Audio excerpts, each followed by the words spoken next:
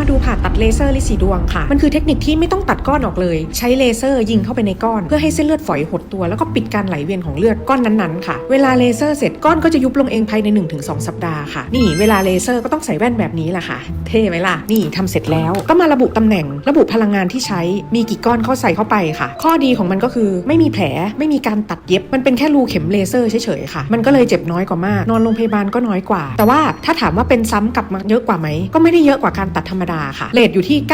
90-95% ก็จะยุบค่ะมีอัตราการเป็นซ้ำแค่น้อยกว่า 10% เท่านั้นเองถ้าเราปรับพฤติกรรมที่ดีร่วมด้วยแล้วอย่างเช่นกินน้ำเยอะกินผักเยอะแล้วก็ไม่เบ่งมันก็จะไม่กลับมาเป็นซ้ำค่ะทำเสร็จก็นอนโรงพยาบาล1 วันส่วนใหญ่ก็จะเดินได้เลยค่ะแต่ข้อเสียของมันก็มีเหมือนกันนะเพราะว่ามันจะทำได้ในระยะแรกๆที่ไม่เกินระยะที่3ค่ะแต่ว่าถ้ามันยื่นย้อยมากๆมีริ่มเลือดอุดตันร่วมด้วยแล้วหรือเป็นระยะที่4แบบนี้ก็จะต้องใช้การผ่าตัดร่วมด้วยก็คือตัดเก็บหนังย้วยหนังยางนั่นแหละ